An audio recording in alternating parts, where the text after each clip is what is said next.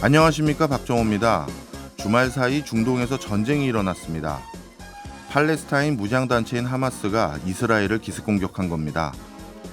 이스라엘도 하마스가 통치하는 가자 지구를 보복 공습하면서 사상자는 계속 불어나고 있는 상황인데요.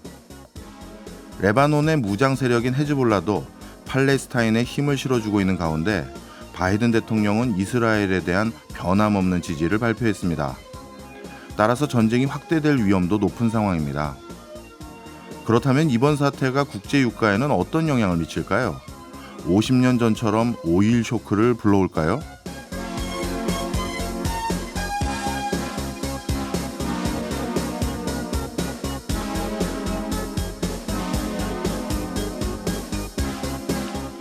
이번 전쟁은 과거 오일 쇼크 때와는 다르다는 의견이 많습니다. 1973년 오일 쇼크는 아랍 산유국들이 이스라엘을 돕는 국가에 석유 수출을 금지하고 석유 가격을 4배 가까이 인상하면서 불거졌습니다. 반면 이번 전쟁은 아랍 산유국들마다 입장이 달라서 석유 금수 조치로 이어지기는 어렵습니다. 뿐만 아니라 국제사회도 오일 쇼크 이후 중동 이외 지역에서 석유 생산 능력을 높여놓은 상태입니다. 하지만 전쟁보다 큰 불확실성은 없습니다. 앞으로 유가를 중심으로 한 에너지 가격 불안전성은 계속될 것 같습니다. 보다 자세한 이야기는 잠시 후 알아보고요. 10월 9일 월요일 한글날입니다. 박정호의 손에 잡히는 경제 플러스 광고 듣고 시작합니다. 주식시장의 흐름을 알아보는 증시 열렸다 시간입니다. 오늘도 86번가 정광우 대표와 함께합니다. 어서 오세요. 네, 안녕하십니까? 오늘은 한글날에서 국내 증시는 휴장이네요. 지난주 미국 증시부터 한번 살펴보겠습니다. 어땠습니까? 네, 지난주 미국 증시는 일단 금요일 보면은요, 고용 보고서에 울고 웃었다라고 할 수가 있겠습니다.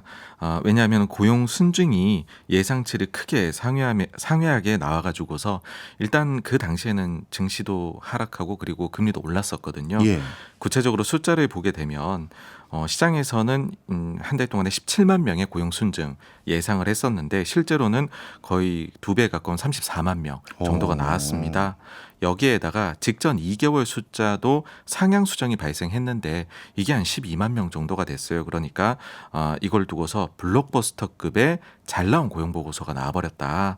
그러니까는 이게 미국의 노동시장이 여전히 식지 않고 굉장히 뜨거운 거 아니냐. 그러면 예. 금리도 더 올라가야 되고 증시는 부담을 받는 것 아니겠느냐. 어느 정도나 요 직후에 반응을 했냐 하면은요.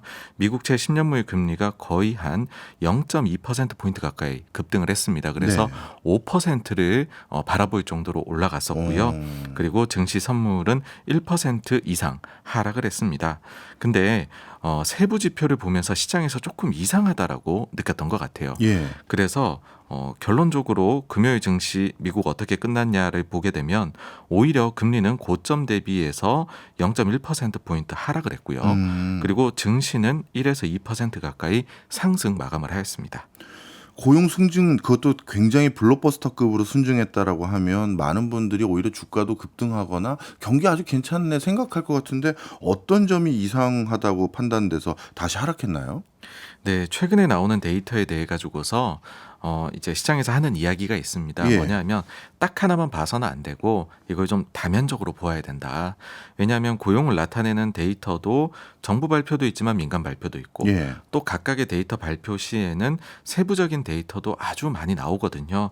그러다 보니까는 고용 순증이라는 데이터뿐만 아니라 경제 활동 참가율이나 실업률, 주당 근로시간, 평균 시간당 임금 상승률, 가계 대상 조사에서의 고용 순증 뭐 이런 것들도 함께 봐야 된다라고 하는 것인데요.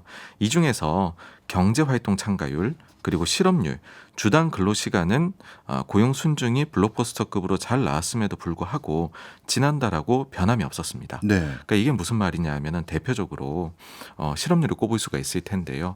만약에 노동시장이 정말로 강하다라고 하면 그러면 실업률이 감소해야 되겠죠. 그렇죠. 근데 실업률은 그대로인 것이죠. 그다음 또 한 가지가 노동시장이 강하다라고 하게 되면 주당 근로시간이 증가하는 또 특징이 있습니다. 근데 이 주당 근로시간도 그대로였다라는 겁니다. 예. 추가적으로는요, 평균 시간당 임금 상승률인데요. 만약에 노동시장이 계속해서 좋다라고 하게 되면 임금 증가율도 더욱 올라가야지 맞는 것이 될 텐입니다. 근데 예. 이번에 나온 데이터를 보시게 되면 오히려 증가율이 추가적으로 하락을 했습니다. 여기에다가 이제 미국에서 고용 순증을 이야기할 때에는 두 가지가 있거든요. 하나는 기업 대상 조사로 나오는 순증 결과가 있고요.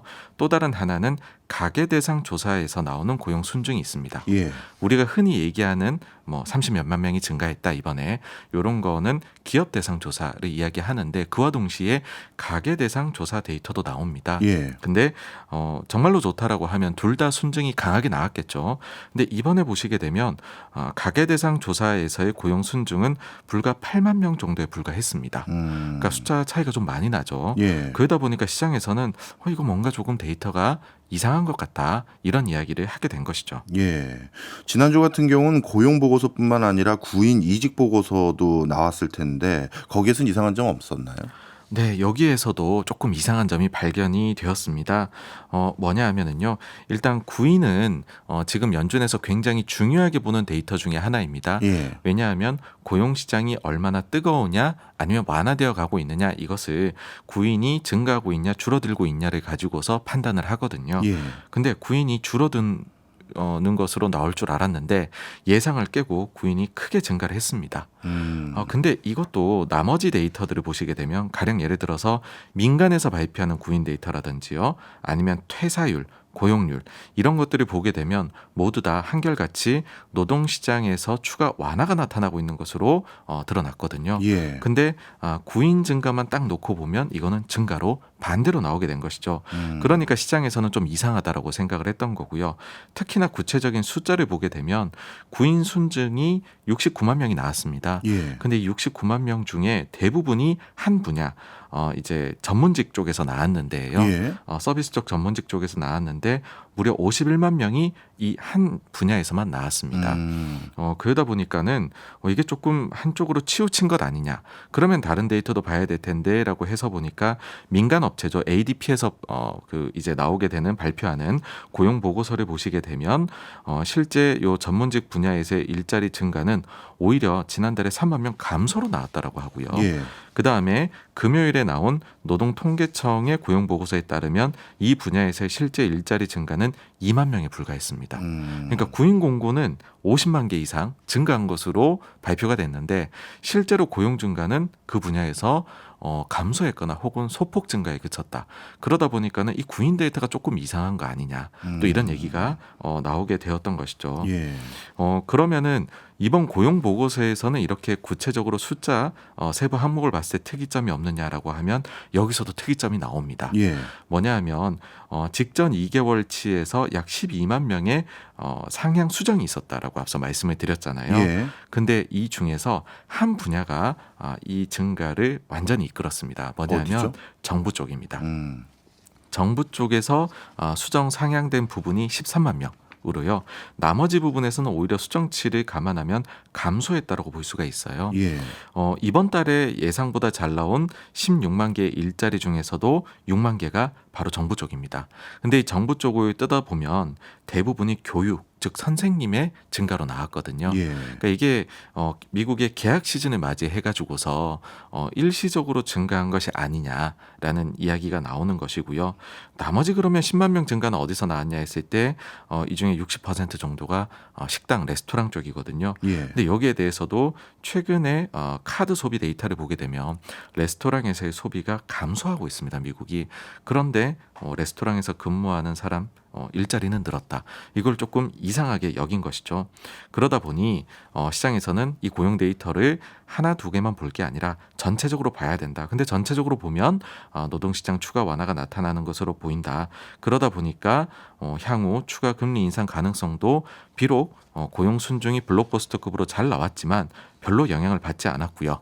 여기에 대해서 몇몇 분석가들이 이의를 좀 제기를 합니다. 대표적으로 월스트리트저널의 기자인 티미라우스가요. 예. 이상한 고용 보고서이다. 뚜렷한 열기가 없는 노동시장의 강세이다. 예. 그러면서 고용이 예상을 뛰어넘는 호조를 보였지만 실업률은 하락하지 않았고 임금 증가율이 천천히 냉각되고 있는 것도 추세를 그대로 유지를 했다라고 네. 얘기했고요. 그 다음에 네이비 페더럴 크레딧 유니언의 이코노미스트도 블록버스터급의 고용 보고서였지만 그에 못지않게 중요한 것은 고용이 얼마나 균형 있게 이루어졌냐입니다라고 말해서 고용이 굉장히 불균형적으로 정부 쪽에만 치우쳐지게 늘어났다라는 얘기를 했고요. 또 다른 이제 인플레이션 인사이트라는 그곳의 설립자이자 대표도 고용 보고서는 놀라웠지만은 그와 동시에 레저 및 호텔 관광업과 같은 서비스 일자리 임금 성장이 비록 강력한 노동시장에도 불구하고 냉각되고 있는 것 같아서 놀랍다. 이런 식으로 이야기를 했습니다. 네, 쭉 하나하나 아주 디테일하게 미국의 고용 현황에 대한 각종 지표들을 쭉 설명해 주셨는데요. 종합을 해보니까 한결같이 한쪽 방향으로 나타나는 것이 아니라 긍정적인 신호와 고용 측면에서 또는 부정적인 신호가 혼재되어 있는 것 같은데 우리 정광호 대표님은 지난주 이 고용 데이터에 대한 전체적인 내용과 평가 이런 평론들까지 전부 다 살펴보고 나서 개인적으로는 어떻게 총평하세요? 네, 뭔가 이상하다라고 느끼는 그 시장의 생각과 완전히 동일한 생각을 가지고 있습니다. 그러니까는 전체적으로는 데이터를 봤을 때 노동시장의 추가 완화가 나타나고 있는 것으로 보이는 것이고요. 예, 이제 그 결국에는 이게 시장에 저는 도움을 줄 것 같다라고 보는 것이 예, 지금 연준이 바라는 데이터는 침체는 피하면서도 인플레이션은 잡을 수 있는 그런 노동시장 상황을 원하는 거거든요. 즉 실업의 급증은 없으면서도 노동 시장의 완화, 즉 임금 증가율 같은 거는 좀 내려오는 이런 거를 원하는 건데 여전히 그에 맞는 데이터가 나오고 있다. 근데 그 중에서도 저는 제일 요번에 보면서 주목한 것이 바로 임금 상승률입니다. 예. 이 임금 상승률의 최근 3개월치 데이터를 연율화 시켜가지고 보게 되면 3.4% 임금 상승률까지로 이제는 내려왔습니다. 이게 원래는 5% 넘어갔었거든요. 예. 그럼 이거는 연준의 목표에 부합합니다. 무슨 얘기냐면 작년 11월 때 브루킹스 연설에서 파월 의장이 얘기한 게 있어요. 연준의 목표인 물가 2%로 가기 위해서 적절한 임금 상승률은 얼마냐라고 할 때 3.5%라고 얘기를 했거든요. 예. 근데 이제 최근 3개월치를 보면 연준의 목표인 3.5%보다 낮은 3.4까지 오게 된 거죠. 예. 그렇다라고 하는 거는 노동시장의 데이터가 이제 거의 연준의 입맛에 맞게 나오고 있다. 그렇게로 보입니다. 네. 저는 앞서 쭉 말씀 주신 그 고용 데이터의 흐름을 쭉 보니까요. 예전에 이와 유사한 흐름이 한 번 나타났을 때가 2000년대 초반 IT 붐 일기 전에, 즉 말 그대로 판이 바뀔 때 새로운 판에서는 고용이 늘고 기존 판에서는 고용의 흐름이 정체되어 있거나 뭐 어떻게 보면 완화되어 있고 그런 흐름들도 그때 목격됐는데 죄송합니다. 그 비슷한 상황이 아닌가 생각도 드네요. 알겠습니다. 앞으로 좀 자주 챙겨봐 주시고요. 네네. 오프닝에서도 전해드렸습니다만 주말에 전쟁이 났습니다. 현지 시각으로 7일 새벽 하마스가 이스라엘을 공격했는데요. 글로벌 증시나 유가에는 어떤 영향을 미칠 거라고 보세요? 네, 일단은 유가 상승 쪽으로 영향을 미칠 수 있는 요인이 뭐 이거는 뭐 누구나 그렇게 생각을 하실 것 같아요. 그러다 보니까 이게 혹시 또 인플레이션 자극을 하지 않을까 시장이 뭐 이 부분에 대해서 굉장히 예의주시를 하고 있는데요. 이와 관련해 가지고서 유가가 더욱 올라갈 것이다. 그런 강세장 진영에 있는 대표적인 인물이 있거든요. 피에르 앙디랑이라는 매니저인데 예. 요 분의 의견을 한번 가지고 와봤습니다. 많은 분들이 하마스의 이스라엘 공격이 유가에 미칠 영향에 대해서 질문을 하십니다. 레반트, 즉 팔레스타인, 시리아, 요르단, 레바논 등이 있는 지역은 대규모로 원유가 생산되는 지역은 아닙니다. 그래서 단기적으로 석유 공급에 영향을 미치지는 않을 것 같습니다. 따라서 향후 며칠 동안 큰 유가의 급등을 기대하기는 어렵습니다. 그러나 결국에는 공급과 가격에 영향을 줄 요소입니다. 전 세계 석유 재고는 낮은 수준이고 사우디 러시아의 감산으로 인해 향후 몇 달간 재고는 더 줄어들게 될 것인데 결국 시장은 사우디에 더 많은 석유 공급을 요청하게 되겠지만 사우디 입장에서는 브렌트유 기준으로 $110 이하에서는 그렇게 공급 요청을 받아들이지 않을 것이라 생각을 합니다. 지난 6개월 동안 그러면 원유 시장의 공급을 좀 늘려준 요소가 어디냐라고 하면 이란인데 이 이란에 대한 제재가 약해지면서 공급이 매우 크게 증가를 했었습니다. 그런데 하마스의 이스라엘 공격 배후에는 이란이 있는 것으로 보이기 때문에 미국 행정부가 이란에 대한 제재를 더 엄격하게 시행할 가능성이 높습니다. 그러면 석유 시장이 더욱 경색될 것입니다. 또한 이것이 이란과의 직접적인 충돌로 이어질 가능성도 배제할 수는 없습니다. 그러니까는 요거를 종합을 해보면 요 지역에서만 일어나는 일이다라고 보게 되면 유가에 미칠 영향은 제한적이다라는 거죠. 여기는 특별히 석유가 많이 나는 지역이 아니기 때문에. 그런데 이게 만약에 다른 지역으로 확전이 된다. 예. 또 이란에 대한 제재가 더욱 강해지는 것으로 결과가 나타난다라고 하게 되면은 석유가 더 많이 올라가게 될 수도 있고 그거는 시장에 안 좋은 영향을 미칠 수 있다라는 이야기로 보시면 될 것 같습니다. 저는 뭐 불과 한 1년 전인 2022년 2월에 발발했던 러시아 우크라이나 전쟁 이 과정에서 결국 유가 급등하고 주가 급락했거든요. 그런데 그 전에 많은 국제 정세와 관련된 전문가들이 러시아가 우크라이나를 침공할 가능성은 극히 낮습니다 했거든요. 네. 근데 이번에는 일부 전문가들조차도 확전될 가능성도 있습니다라고 하니까 전 더 큰 걱정이 되는데요. 어떻습니까? 네, 사실 확전 여부에 대해 가지고서는 제가 뭐 글로벌 정세 전문가는 아니고 소위 말하면 주식 쪽으로 보고 있는 네네. 이제 제 분야 주식이기 때문에 일단은 알 수 없는 영역이다라고 말씀을 드려야 될 것 같고요. 다만 주식에 국한해서 말씀을 드리자면 그나마 2022년 2월 우러 전쟁 발발 당시하고 비교했을 때 다행인 점이라면 시장 분위기가 조금 다르다라는 겁니다. 그러니까 당시에는 여전히 낙관론이 좀 살아 있었습니다. 특히나 과거에 푸틴 이후 러시아가 일으킨 전쟁을 보면 되게 빨리 끝났거든요. 예. 그러니 그때도 전쟁은 발발했지만 빨리 끝나지 않을까. 나아가서는 전쟁이라는 게 결국 수요를 자극하는 거라 역사적으로는 주식에 호재이지 않았느냐. 그런 것도 제가 방송에 출연하면 정말 질문을 많이 받았었어요. 예. 오히려 이거 호재로 보려는 인식이 강했거든요. 근데 지금은 시장 참여자들 모두가 굉장히 일단 보수적인 분위기를 가지고 있습니다. 예. 뭐 헤지 펀드들의 포지션도 굉장히 보수적이죠. 그다음에 일반 펀드 매니저들의 포지션도 보수적인 걸로 나오고 있고요. 그리고 풋콜, 풋옵션, 콜옵션, 하락, 그다음에 상승 베팅하는 비율도 보게 되면 하락에 대한 베팅 비율이 거의 역사상 최고 비율에 지금 이르러 있거든요. 그 정도로 보수적으로 일단 시장에서는 바라보고 있다라는 거죠. 그렇다라는 것 자체가 그러니까 그렇습니다. 굉장히 환희에 빠져 있을 때 나오는 악재하고 예. 그다음에 굉장히 권투로 치면은 가드를 완전히 올리고 있을 때 나오는 악재하고는 좀 시장에서 소화할 때 그림이 다르다라는 거고요. 일단은 확전 여부 여기에 대해 가지고서 시장은 굉장히 주의 깊게 볼 것이며 그나마 다행인 것은 시장이 자체적으로 일단은 대비가 어느 정도는 22년도 대비해서는 되어 있다라는 점입니다. 네. 중동 지역의 시리아라든가 이란 그리고 뭐 베네수엘라 이런 나라들에게 미국이 요즘 그 급격히 유가를 좀 원유라고 해야겠네요. 원유를 좀 더 많이 생산해 달라 이런 부탁을 많이 했다고 하는데 그런데 딱 그 과정에서 보니까 이번 전쟁과 직간접적으로 연관이 있는 지역이라든가 전쟁에 의견을 적극적으로 내고 있는 국가를 봤더니 시리아도 있고 이란도 있고 이라크도 있고 어찌 보면 미국이 좀 증산을 많이 부탁했던 나라가 섞여 있는데 증산은 쉽지 않겠죠? 여기에 대해 가지고서 아직 확답을 할 수가 없다라는 예. 것이죠. 왜냐하면은 사실 이게 정말로 이제 누구를 지지한다만 나온 것이지 확전으로 이어진 것은 아니고 과거에도 보게 되면은 오펙 카르텔이라는 것이 앞에서는 서로 간의 쿼터제를 충실히 지킬 것처럼 얘기하지만 예. 사실은 사우디를 빼고서는 자체적인 상황에 따라 가지고서는 어떤 경우에는 증산을 했던 경우도 그렇군요. 있다라는 거고요. 또 한 가지 저는 히든 카드로 나올 수 있는 게 미국의 전략적 비축류. 요것도 지금 뭐 절대적 기준으로는 절반 수준으로 떨어졌지만 IEA에서 권고하는 수준 대비해 가지고서는 여전히 50% 많은 원유 재고를 가지고 있거든요.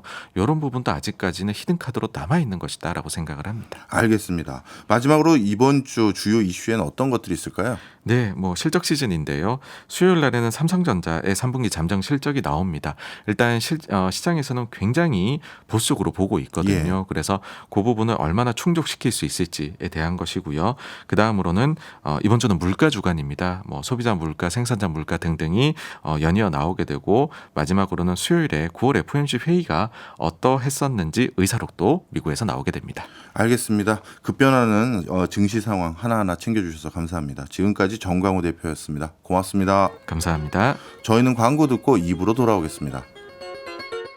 친숙한 기업 이야기로 경제와 친해지는 신기반기 레드칩 시간입니다. 오늘도 카운트의 신기주 대표 나왔습니다. 어서 오세요. 네, 안녕하세요.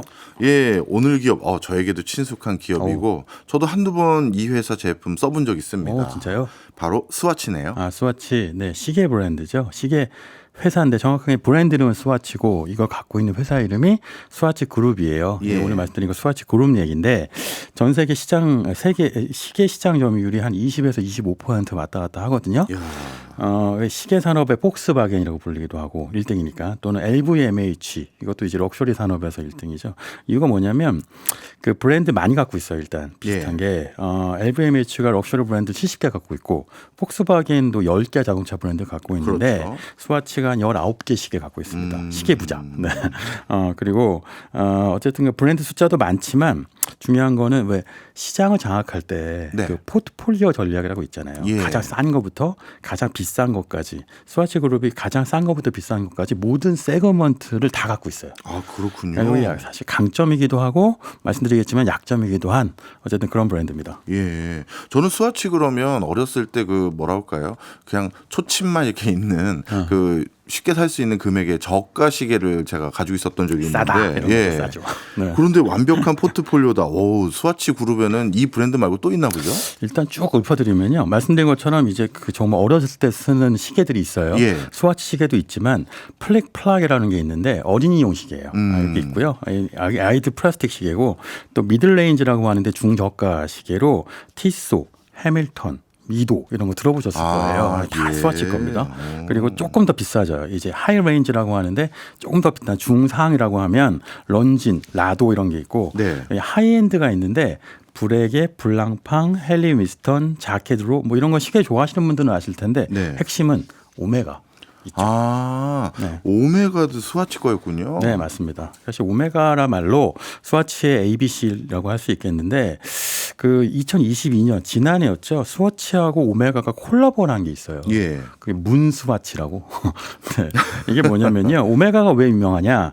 1969년도에 아폴로 11호가 달에 처음 갔잖아요. 그때 그 선장 닐 암스트롱이 이거는 나의 첫발이지만 인류의 그 뭐 첫발이다 이런 얘기 하면서 시계를 딱 봤는데 시계가 오메가 시계였던 거예요. 그래서 인류가 가장 먼저 달에 간 최초의 시계가 달이다. 50년 전 얘기인데 오메가가 이걸 50년 동안 우려먹고 있는데 근데 중요한 건 그럴 만한 밸류가 있어요. 왜냐하면 11개 테스트나 통과해갖고 이 나사한테 테스트를 받아서 오메가가 달에 갈 수 있었던 거거든요. 이게 그만한 밸류가 있고 기술력이 있습니다. 그렇군요. 그래서 오메가 스피드 마스터는 지금도 문워치라고 불리거든요. 그리고 얼마 전이 50주년이었는데 50주년 기념판 가격이 1,500만 원이었어요. 뭐 시계 하나가 1,500만 원이야.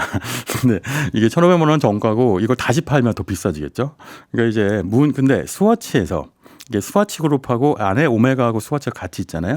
그러니까 오메가로만 갖고 문 워치 팔지 말고 스와치하고 합쳐갖고 문 스와치라는 걸 만들자. 문 스와치는 어떤 형태냐면 수금지와 목도 천해명 행성 갖고 이름 하나씩 붙여갖고 11개 에디션을 만든 다음에 요걸 33만 원에 팔았어요. 이게 그러니까 오픈런이 일어났는데 왜냐하면 오메가 하나 가격이 지금 말씀드린 스피드마스터 기념 모델은 1,500만 원이고 그리고 일반적으로는 한 900만 원 정도 되거든요. 오메가 가격. 네, 오메가요. 그러면 한 27배쯤 되잖아요. 근데 그거를 33만 원에 살 수 있다. 33만 원이요? 이거 이제 안 팔아요? 안 팔아요. 지나갔어요.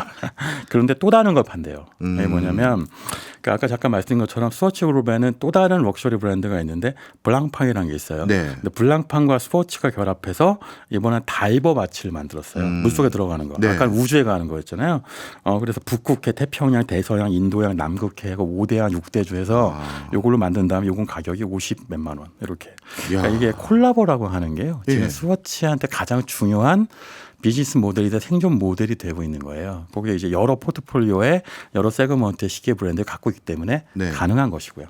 이 시계 회사들을 제가 잘 몰라서 그러는데 지금 말씀 주신 것처럼 저가 브랜드부터 고가 브랜드까지 포트폴리오를 다 구축하고 있는 게 시계 산업의 일반적인 겁니까? 아니면 스와츠 그룹만 가지고 있는 독특성인가요? 스와치 그룹만 갖고 있는 독특성이고요. 경쟁사 중에 리치몬드 그룹이라고 있어요. 예. 이것도 시계 브랜드 회사인데 보통 이제 프랑스어로 리슈몽이라고 부르는데 예. 여기는 유명한 브랜드가 까르띠에 있죠. 근데 여기는 비싼 것만 갖고 있어요. 주로 럭셔리만 갖고 있는 게 리슈몽 그룹. 스와치는 비싼 것부터 싼 것까지. 그리고 딱 하나 갖고 있는데 이 하나만 갖고 전 세계 시장을 주름 잡는 브랜드가 하나 있습니다. 뭐죠? 지난해 97억 달러 매출이었는데 2, 3, 4, 5, 2 다 합해도 이 브랜드가 1등이거든요. 뭐예요? 롤렉스. 아, 롤렉스. 롤렉스는 도대체가 이 롤렉스의 신비로움은 어떻게 되든 간에 비싸게도 다 팔리기 때문에 압도적이고요. 이 브랜드로 보면. 하지만 지금 설명드린 것처럼 스와치 그룹은 비싼 것부터 싼 것까지 포트폴리오 전략으로 성공한 그룹이고 그래서 지금 이런 콜라보도 가능한 거죠. 네. 그러면 럭셔리부터 엔트리까지 모두 가진 게 스와치니까 스와치만 할 수 있는 전력이었군요. 맞아요. 그런데 이거는 70년대까지만 해도 불가능했을 거예요. 예. 왜냐하면 스와치 그룹이 탄생한 건 80년대거든요. 70년대까지는 스위스 시계 산업은 뭐 한마디로 춘추 전국 시대였어요. 이런저런 브랜드들이 비즈니스 모델은 뭐였냐면 비싸게 만들어서 비싸게 판다. 예. 콧대 높게. 예. 이런 거였는데 이게 왜 역사가 이렇게 되는 거냐면 원래 스위스 시계 산업이 시작된 거는 16세기에 스위스의 그 영국에서 종교 박해를 받았던 그 귀금속 장인들이 그러니까 막 종교 이민을 왔기 때문이잖아요. 근데 당시에 영국 종교 박해 내용이 약간 어이가 없어요. 네. 무슨 우상 숭배하지 말라 이런 거 아니고 네. 귀금속과 사치품을 몸에 지니면 지옥에 간다. 야, 그렇게 따지면 21세기에 사는 우리는 모두가 다 어떻게 되는 거예요? 그렇네. 근데 당시의 영국의 상황이라는 게 요즘으로 치면 정말 탈레반 같은 상황이었기 때문에 열악했군요. 그러니까 열악했죠. 그러니까 스위스 제네바로 이런 세공자들이 이민을 왔는데 스위스는 열악하잖아요. 예. 그러니까 저 겨울에 할 게 없으니까 집에서 시계를 만든 거예요. 이쪽 집은 시계 바늘 만들고 저쪽 집은 시계 태엽 만들고 예. 결합해 갖고 만든 게 시계였는데 한 200년쯤 지나니까 이게 발전할 거 아니에요. 그래서 19세기쯤 됐을 때는 태엽 시계로 할 수 있는 거의 모든 시계를 다 만들게 돼요. 그 시계 좋아하시는 분 들어보셨을 텐데 그 오토매틱 무브먼트. 예. 사실 무브먼트라는 건 시계에 돌아가는 태엽이거든요. 오토매틱은 당연한 건데 지금으로 치면 19세기 때는 오토매틱이 너무 놀라운 거였어요. 자동으로 감아지는 거니까 뭐 퍼페추얼 캘린더, 미니 리피터 이런 것들이 다 달력 나와요. 아니면 시간마다 알람으로 알려줘요 이런 건데 지금 전자시계로는 너무 당연한 걸 당시에는 굉장히 특이한 기능으로 만들었고요. 그때 만들었던 장인들 이름이 아직도 있어요. 그 아브라함 루이 브레게.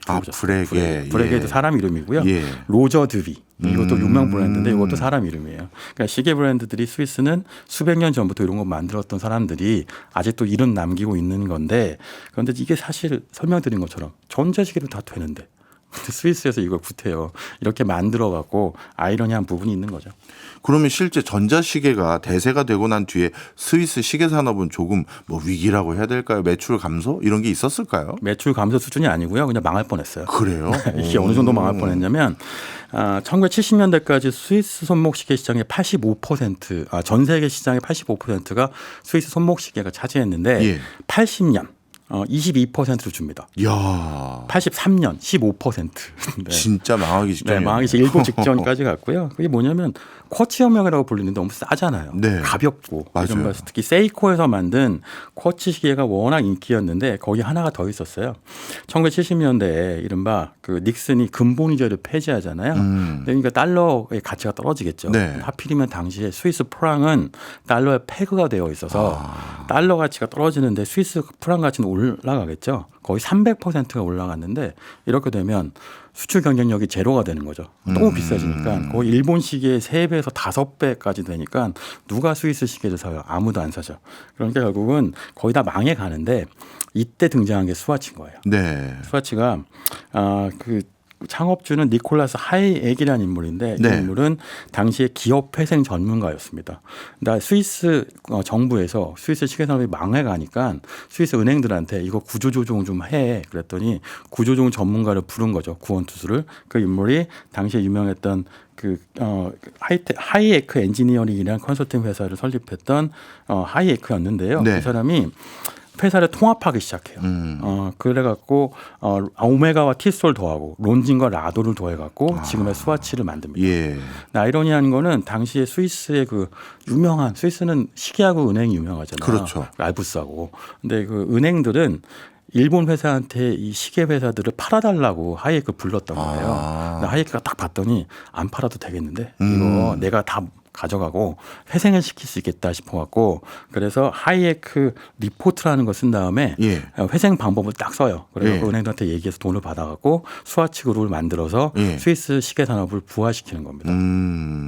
어찌 보면 스위스 입장에서 하이에크 아니었으면 지금까지 스위스가 먹고 사는데 가장 큰 기여하고 있는 시계 산업 전부 다 일본에 뺏길 뻔했네요. 네, 사실 81년도에요. 실제로 세이코가 예. 오메가를 인수하려고 했었어요. 왜냐하면 당시에 오메가가 부도가 나 있었거든요. 예. 만약 그때 오메가가 일본에 팔렸으면 현재까지도 일본 산업이 스위스 시계 산업을 다 장악하고 있었을 텐데 그런데 지금 말씀하신 것처럼 니콜라스 하이액이 브랜드 전략을 내세우는데 그 전략이 뭐였냐면 일단 싸고 네. 그러면서 세련된 시계를 만든다였어요. 뭐냐면 부품수를 줄인다. 당시까지만 해도 그 간의 수공업이니까 예. 왜 집집마다 부품을 하나씩 만드는 거예요. 그러면 가능한 부품 수가 늘어나야 그래야 많은 집이 다 시계 산업에 종사할 수 있잖아요. 그렇네요. 부품 산업을 부품을 줄여요.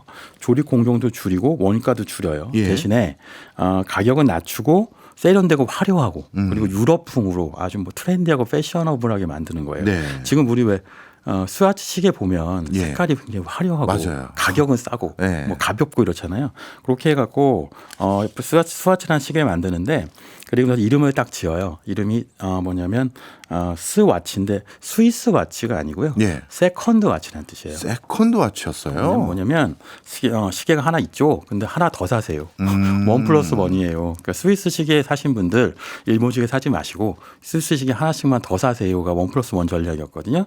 이게 먹혀갖고 출시한 게 82년도였는데 83년도에 시계가 100만 개 팔립니다. 이야. 그리고 90년 됐을 때 1억 개 팔려요. 그래서 98년에 회사 이름을 아예 스와치 그룹으로 바꿉니다. 그렇군요.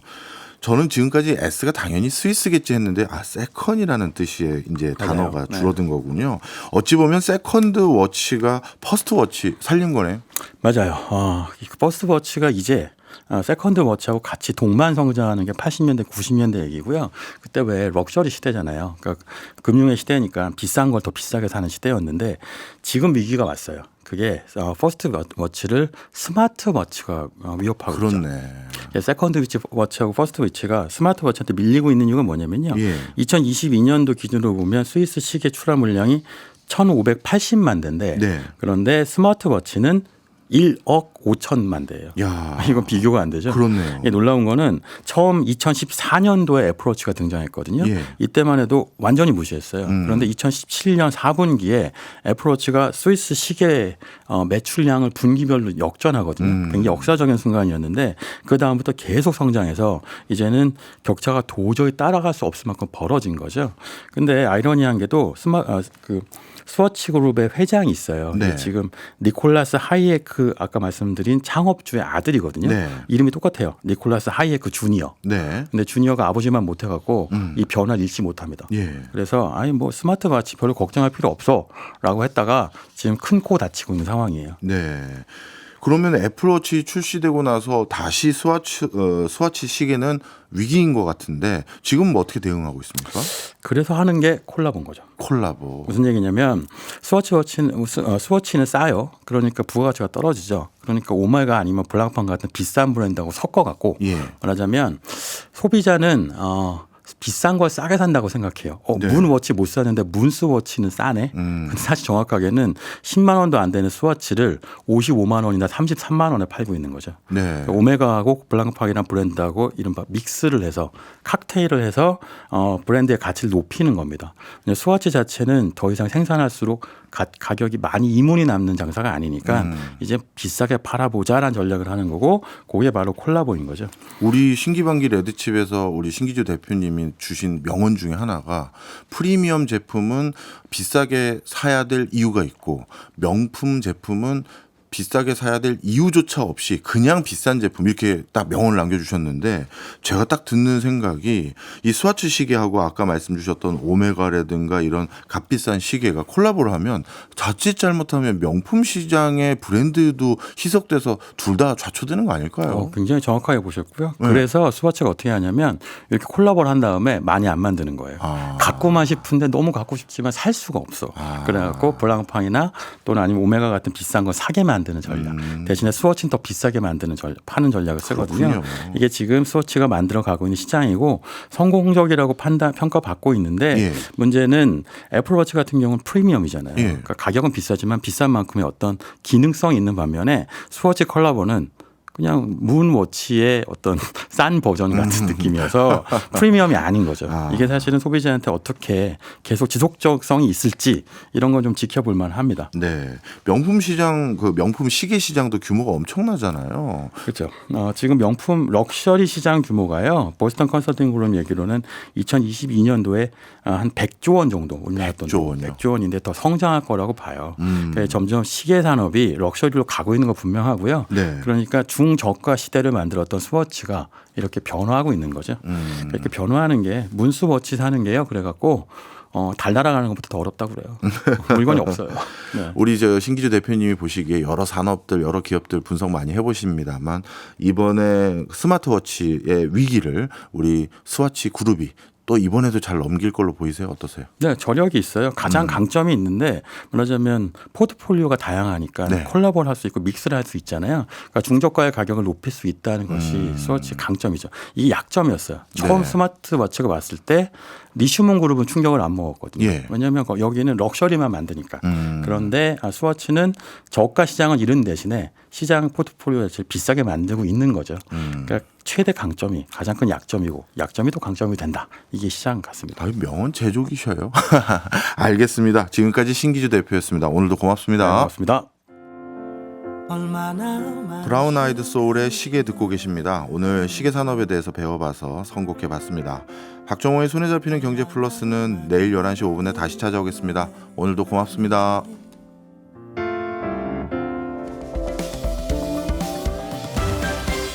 경제 생활의 플러스가 되는 아주 경제적인 시간.